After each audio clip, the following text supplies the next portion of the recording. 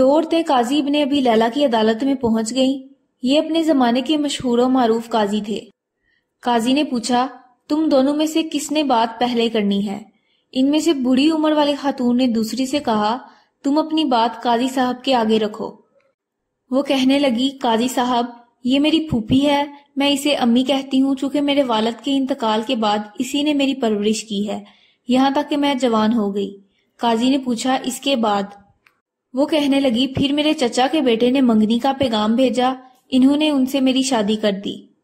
میری شادی کو کئی سال گزر گئے، ازدواجی زندگی خوب گزر رہی تھی۔ ایک دن میری یہ پھوپھی میرے گھر آئیں اور میرے شوہر کو اپنی بیٹی سے دوسری شادی کی آفر کر لی، ساتھ یہ شرط رکھ لی کہ پہلی بیوی کا معاملہ پھوپھی کے ہاتھ میں سونپ دے۔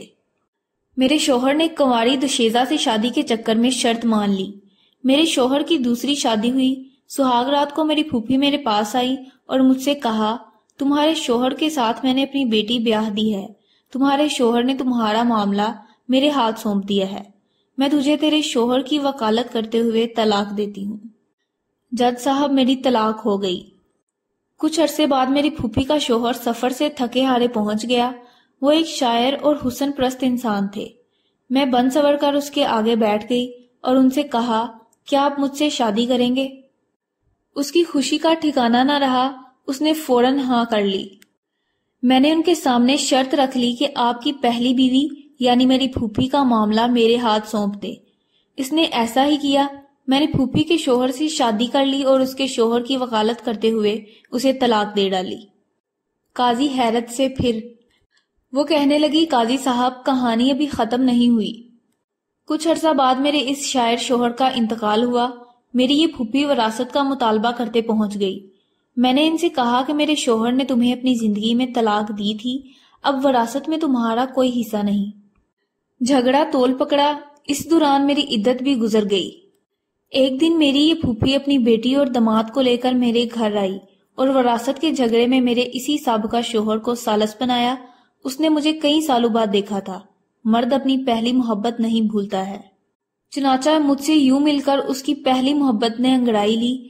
میں نے ان سے کہا، کیا پھر مجھ سے شادی کرو گے؟ اس نے ہاں کر لی۔ میں نے ان کے سامنے شرط رکھ لی کہ اپنی پہلی بیوی کا معاملہ میرے ہاتھ میں دیں۔ اس نے ایسا ہی کیا۔ میں نے اپنے سابق شوہر سے شادی کر لی اور اس کی بیوی کو شوہر کی وکالت کرتے ہوئے طلاق دے دی۔ قاضی ابن ابی لیلہ سر پکڑ کر بیٹھ گئے، پھر پوچھا کہ اس کیس میں اب مسئلہ کیا ہے؟ میری پھوپھی کہنے لگی، قاضی صاحب، کیا یہ حرام نہیں کہ میں اور میری بیٹی دونوں کی یہ لڑکی طلاق کروا چکی، پھر میرا شوہر اور میری بیٹی کا شوہر بھی لے اڑی، اسی پر بس نہیں، دونوں شوہروں کی وراثت بھی اپنے نام کر لیا۔ قاضی ابن ابی لیلہ کہنے لگے، مجھے تو اس کیس میں حرام کہیں نظر نہیں آیا۔ طلاق بھی جائز ہے، وکالت بھی جائز ہے، طلاق کے بعد بیوی سابقہ شوہر کے پاس دوبارہ جا سکتی ہے، بشرطیہ یہ کہ درمیان میں کسی اور سے اس کی شادی ہو کر طلاق یا شوہر فوت ہو۔ تمہاری کہانی میں بھی ایسا ہی ہوا ہے۔ اس کے بعد قاضی نے حلیفہ منصور کو یہ واقعہ سنایا۔ حلیفہ ہنس ہنس کر لوٹ پوٹ ہو گئے اور کہا کہ جو کوئی اپنے بھائی کے لیے گڑھا کھودے گا خود اس گڑھے میں گرے گا۔ یہ بڑھیا تو گڑھے کی بجائے گہرے سمندر میں گر گئی۔